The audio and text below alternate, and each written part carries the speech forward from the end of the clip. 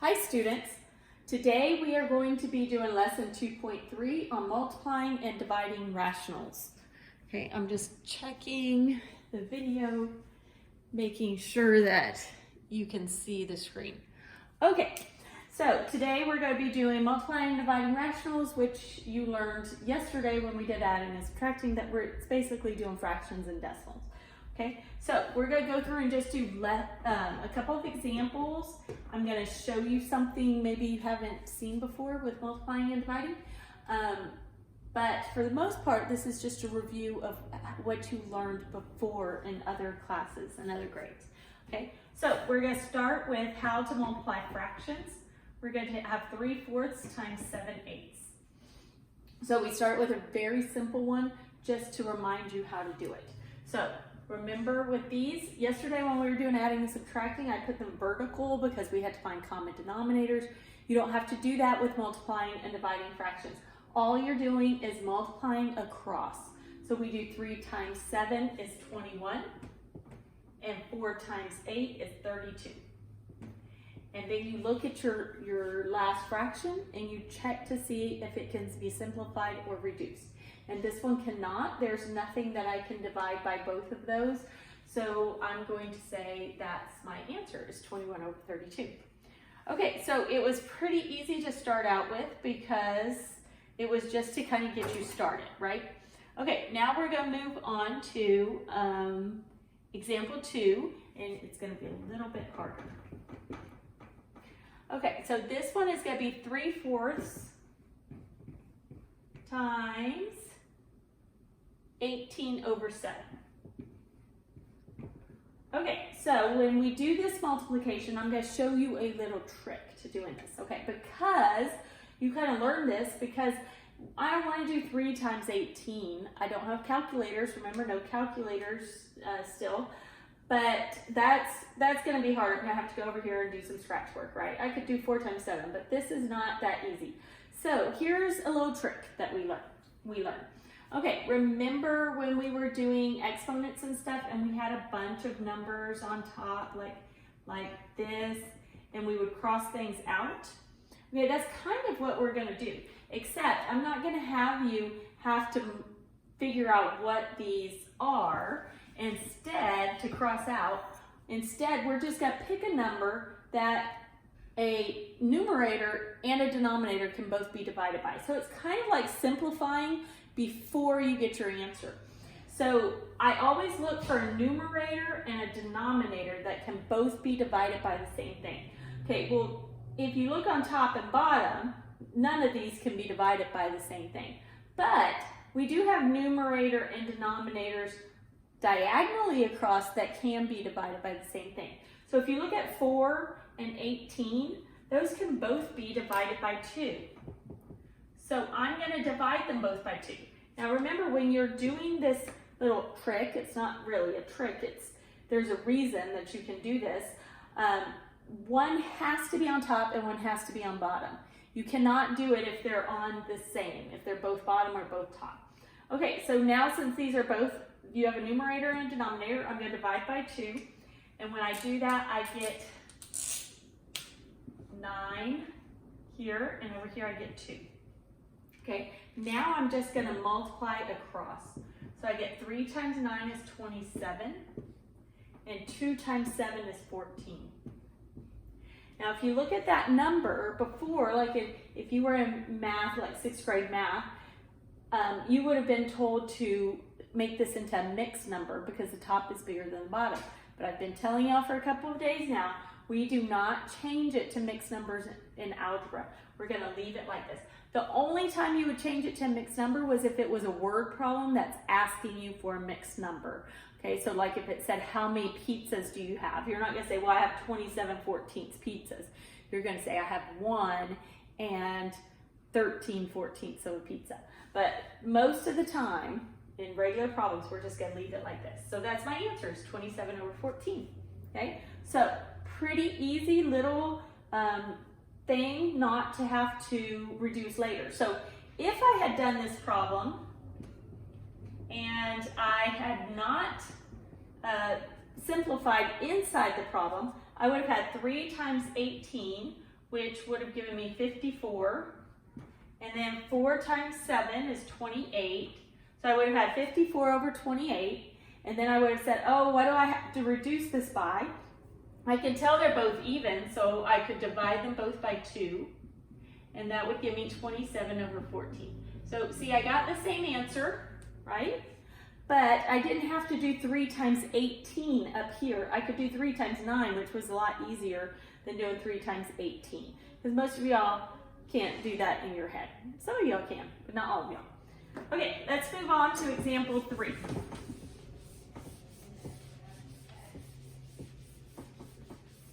Okay, example 3 is going to be one more multiplication problem. And then I think the next one is division. Okay, example 3 is 12 over 35 times 42 over 27. Okay, who wants to do 12 times 42? Not me. I do not want to have to do that math, even though I'm a math teacher and I love math. I want to simplify so that I don't have to do that math. So how am I going to do that? I'm going to look. Usually it happens diagonally. So look diagonally first. So I'm going to look at my diagonals and I'm going to say 12 and 27. What can those both be divided by? Well, they can both be divided by 3, right? Hopefully. You know what? I meant to tell y'all to pause and try this one on your own. But let's just go ahead and keep going. If you want to pause now and try it on your own, you can. But if not, we're just going to keep working on this one. Okay, so 12 divided by 3 is 4. And 27 divided by 3 is 9. Okay, sometimes both diagonals will be able to simplify. So let's check the other two, 35 and 42. Does anyone know what those both can be divided by? They could both be divided by 7, right? Okay, so if I divide them by 7, I have, this is going to equal 5, and this one is going to equal 6. Okay, before I start working, this looks a little messy, right? I have 4/5 times 6/9. Before I find my final answer, I'm going to look over it one more time to make sure that I have everything simplified. Remember, we're looking for numerators and denominators that can be divided by. These, no, there's nothing else I can divide by. These two, there aren't. Now look straight up and down. 4/5, 4/5, nope, I can't reduce that one. What about 6/9? Yes, those can both be divided by 3. So I'm gonna still keep reducing or simplifying until I'm all the way done. So 9 divided by 3 is 3, and 6 divided by 3 is 2. Okay, I've got kind of a mess here. And make sure that when you're doing this, you're crossing out everything so you see the right numbers. Okay, so now I have 4/5 times 2/3. So when I multiply this time, I'm going to get 8, 4 times 2, over 5 times 3, which is 15. And sometimes, even though you think you've got everything here, always make sure, check your last problem, your final answer, and make sure that it cannot be simplified anymore. And this one cannot, okay? It's 8 over 15. But if I had forgotten or I didn't do this divided by 3 at the end, I would have gotten a number that still needed to be divided by 3. So make sure that you look at the final answers just to make sure. Okay, next section is dividing some fractions. I'm going to erase this so that we can get to just division. And in division, you need to know a word called reciprocal. Reciprocal. Okay, and you say, what's a reciprocal? Some of y'all may know. Some people call it an inverse. It's kind of the same thing, okay? And this is a multiplicative inverse. So what it means is it's two numbers that equal 1. So if I have the number 2, the reciprocal is 1 over 2. Because if I multiply those, I'm going to get 1. Okay, if I had 2/3, the reciprocal is 3/2. Okay, because if I multiply those, it's going to equal 1. If I had 10 over 11, The reciprocal is 11 over 10. So what am I doing to all of these?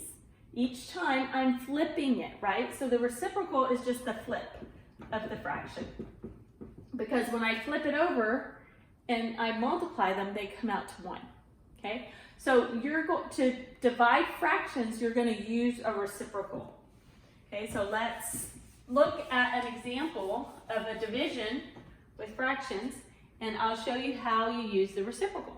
Okay, so example 4 is 4/5 divided by 9/10. So to divide fractions, you're actually going to multiply by the reciprocal. So you're going to take the first number, does not change, but to divide, you're going to multiply. So this changes to a multiplication, and when you make that change, the second number flips, or you give it reciprocal. So instead of 9/10, you have 10/9. Okay, so think about this for a minute. We keep the first number the same, we change the division to multiplication, and then we flip the second number. Okay, so I've been telling you, y'all are probably used to this now, that I tell you mistakes that kids make all the time. The mistakes they make all the time is they'll flip the first number. Don't do that. We never flip the first number. Or they try to divide these. They do 5 divided by 10 or 4 divided by 9. That's not how you do division of fractions. It's the division is the multiplicative inverse. So that means I'm going to multiply and I'm going to flip. Okay, now that I have it as in a multiplication problem, I can work it just like the first 3 examples. So if you think you can work this problem now, hit pause and try it on your own. Okay, now that you're back, let's talk about what you did on your own. You should have looked for something that you could reduce or simplify. 4 and 9 cannot be simplified, but 5 and 10 can. They can both be divided by 5. Okay, hopefully you didn't say divided by 2, right? Some people will divide those in their head and say, oh, they can be divided by 2. No, 10 divided by 5 is 2, but we want to divide them each by 5. So now I'm going to take these, 10 divided by 5 is 2, and 5 divided by 5 is 1. And now I'm going to multiply. 4 times 2 is 8, and 1 times 9 is 9. So those of you who did this on your own, did you get that right? Did you get the division of 5 and then multiply across? Okay, now I'm going to give you one on your own, to work on your own, everybody. And remember, keep the first number the same, flip the second number, and then do your multiplication. Okay, so this is example 5 on your own. Okay, usually when you're in my classroom, I have you write this on your own so that you know that in your notes that you tried this one on your own. Okay, example 5 is going to be 5/7 divided by 5. Okay, this is kind of a new one because you may not know what that whole number 5 is. Let's talk about it over here. Then any whole number like 5, if I want to change it to a fraction, this would be 5 over 1. Okay, anytime you want to change a whole number to a fraction, it's over 1. Just think about it. Think about fractions like it's division. 5 divided by 1, 5 divided by 1 is 5, right? Those are equal to each other. Okay, what if I had the number 8? The fraction for 8 is 8 over 1. What if I had the number 100? If I want that to be a fraction, it's going to be 100 over 1. Okay, so anytime you have a whole number, it's going to be over 1. But remember, you then have to rewrite it and flip the second number. Okay, so go ahead and hit pause, try it on your own, don't forget to flip and don't forget to simplify. And then come back and I'll show you how to do it. Okay, everyone should be back now. So you should have taken, if you saw this or looked at this as 5 over 1, when you flipped it, first number stayed the same. When you flip this times, it should have been 1 over 5. Okay, make sure that you flipped it correctly. It was 5 over 1, and we're flipping it to 1 over 5. And now I say, what can I simplify here? Well, the 5s can be simplified. They can both be divided by 5. But instead of writing that divided by 5, These are easy ones. When they're the same, just mark them out. They become ones. Okay, because 5 divided by 5 is 1. Okay, so, but you don't have to write that every time if you know it. Some kids do need to write it because it helps them. But if you can do that in your head, then that's okay. But every time when they're the same, they just become ones. Super easy. Okay, so now I'm going to multiply across. I get 1 times 1 is 1, and 7 times 1 is 7. And my answer is 1/7. Okay? If we were in class, I'd say, how many of y'all got it right? Or I would have been walking around the classroom to see how many of y'all got it right. So hopefully a bunch of y'all got it right. And if you didn't get it right, that's okay. Just learn from what you did wrong and correct it on your notes. So if you need to, if I'm going too fast, hit pause and correct it on your notes so that you have it correctly in your notes.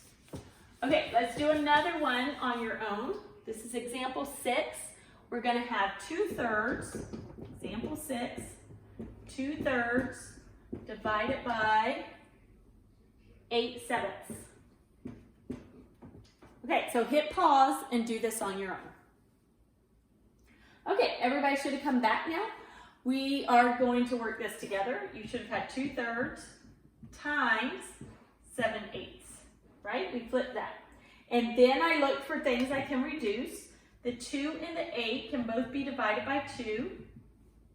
Okay, so that's going to give me 1, and that's going to give me 4. The 7 and the 3 cannot, nothing reduces there. So I have 1 times 7 is 7, and 3 times 4 is 12. So your answer should have been 7/12. Hopefully everybody got that one right. Okay, next one, we're going to throw in a negative number here because now before in other classes you may have done multiplying and dividing fractions, and you might have done multiplying and dividing decimals, but maybe you didn't do it with negative numbers. Okay, so we're going to have, this is example 7. We have lots of examples today. 12/19 divided by -5/38. Okay, so if you think you could do this on your own, hit pause, but let me give you a hint. There is a simplification in this. Okay, before you try to do it on your own, there is something you can simplify, so look for it. Okay, hit pause and try it on your own. Okay, everybody should be back now. We're going to keep the first number the same, 12/19. We're going to change that to multiplication, and we're going to flip this, 38/-5. We're going to talk about that negative in a little bit. I'm just going to keep it -5. We're going to talk about it at the end. Okay, 12 and 5 cannot simplify, and I told you there was something you could simplify. So 19 and 38, you're looking at those and you're saying, well, how do I know what I can divide by? Well, 19 is a prime, so it can only be divided by 19. So if this can only be divided by 19, I say, well, can this be divided by 19? Yes, it can, right? Because, and it's even an easy one. 19 times 2 is 38. So 38 divided by 19 is going to be 2. So I take, that's going to be 1. 19 divided by 19 is 1. And 38 divided by 19 is 2. Okay, now I can multiply. 12 times 2 is 24. And 1 times -5 is a -5. Okay, before I say that's my final answer, I just want to go through some etiquette of algebra. I don't know if that's the real word for it, but what we do in algebra is we do not leave negative signs on the bottom, okay? So instead of having it show like that, we're going to move the negative sign up to the top. So we're going to change it to say -24/5. And that's just so that everybody knows where that negative sign is and you're not looking around for, where did they put that negative sign? It's always at the top. Some books or worksheets might show it out in front of exactly the same as the fraction line. The problem with that is that sometimes it gets too close, or like if your copy's not exactly right, you might not be able to see it. So I want all kids to put it at the top. If your answer is negative, put it at the top, okay? If I have a negative over a negative, that is a positive. So make sure that if you have 2 negatives, That would be like dividing two negatives, and two negatives is a positive. Okay, next one. Let's see what is next is decimals. So we're going to do 2 examples of decimals really quick, and then we're going to be done. Okay, example 8 is 4.28 times 5.31. Okay, I don't like saying my decimals wrong, because you should be saying this 4 and 28 hundredths and 5 and 31 hundredths. Okay, I had a class one year that could read all their decimals perfectly, and I loved it. They did great. So hopefully you'll get used to the way to say it correctly. Okay, if you're multiplying numbers, you do not have calculators, so you have to know how to multiply these without calculators. Okay, we're going to line them up, right? We can't do it just like this. So we're going to line them up, and by line them up, I mean line up the last numbers with each other. We are not, even though these decimals line up here, you do not line up decimals when you're multiplying. It is not like addition and subtraction. We are just going to multiply. I'm putting a time sign there because there's dots, and I don't want another dot. It gets confusing. So I'm going to go ahead and put that time sign for this kind of problem. Okay, let's go over how we multiply. This is just straight multiplication, and then we'll worry about the decimal at the very end. So regular multiplication tells me I'm going to multiply all of this times 1. So 1 times 8 is 8, 1 times 2 is 2, 1 times 4 is 4. Okay, and then I'm going to move and I'm going to multiply all of it times 3. So I'm going to multiply everything times 1, then everything times 3, then everything times 5. When I multiply this one times 3, because the 3 is over here in the second and the tens place, when I multiply it, 3 times 8 is 24. I put that 4 right underneath the 3. So some teachers, like when you were younger, they would give you a placeholder. If you need that placeholder, you put that placeholder there. That is perfectly fine with me. Okay, so 3 times 8 was 24, carry the 2. 3 times 2 is 6, plus 2 is 8. 3 times 4 is 12. Okay, now next one I'm going to do times 5. So 5 times 8 is 40. That 0 is going to go right here. But I had 2 0 placeholders, right? But then I had another 0 because 5 times 8 is 40. Okay, the 4 goes there. 5 times 2 is 10, plus 4 more is 14. Carry the 1. 5 times 4 is 20, plus 1 is 21. Okay, now when I get finished multiplying everything, that's when I add. So I'm going to add up all 3 lines. So I go down and say 8. 2 plus 4 is 6. 4 plus 8 is 12. Carry the 1. 2 plus 4 is 6. Plus 1 is 7. 1 times 1 is 2. And then bring down the 2. Okay, now is when you say, where does my decimal point go? Okay, here's where the decimal point goes. You go up to your problem, or your original problem, and you count how many places are behind the decimal point, or to the right of the decimal point. So in the whole problem, so I have 1, 2, 3, 4. Those are all the places after the decimal point. Don't count the ones in front, we're counting behind. So I have 4 places. So that means in my answer, I have to have 4 places. So I start from the right because I want all the places to be on the right. So I have 1, 2, 3, 4, and that tells me my decimal point goes right there. Okay, this is not a lot of me teaching you how to do this. You should have already been doing this for probably at least the last 2 years in your math classes. So this year should just be a reminder of how to do this. So if you don't know how to do this, you may want to look up some extra practice online, find some different websites that can help you. Okay, we're not going to do any of these on our own. In fact, I should have had y'all just try that on your own without me to begin with. Some of y'all probably do remember how to do it. Okay, last example, example 9. We have 1.26, or 1 and 26 hundredths, divided by 3/10, right, 0.3. Okay, so in division, most kids get wrong is which part goes in the house. This is what a lot of teachers teach, is that this is a house and one number is inside and one number is outside. So inside the house is the first number. It's backwards from what it looks. but you're going to take a 1.26 and you're going to divide it by the 3/10, right? So this is what it should look like. So flip it around for what it looks like. Okay, and now we're going to divide. But this time, instead of ignoring the decimal points, we're going to take care of the decimal point first. So when you're doing division, you take care of the decimal point first. And how you do that is you go here to the divisor and you move the decimal to the back, to the very end. So you say, how many times did I have to move that decimal to get it to the end? I only have to move it one time. If it was over here, that would have been 1, 2. But here, I only have to move it one time. So that means I'm going to take this decimal point and move it one time. So now it's right there. So if I move the decimal point the same number of places, then I will get the correct answer.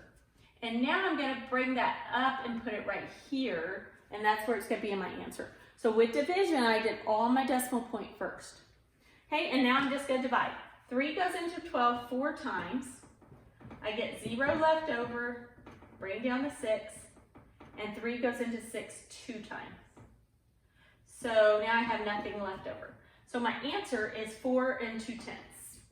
Okay, pretty easy. This is going to be what you're doing for your homework tonight, is that multiplying and dividing fractions and decimals. So hopefully you'll do a good job on it, and I will see you next time for order of operations.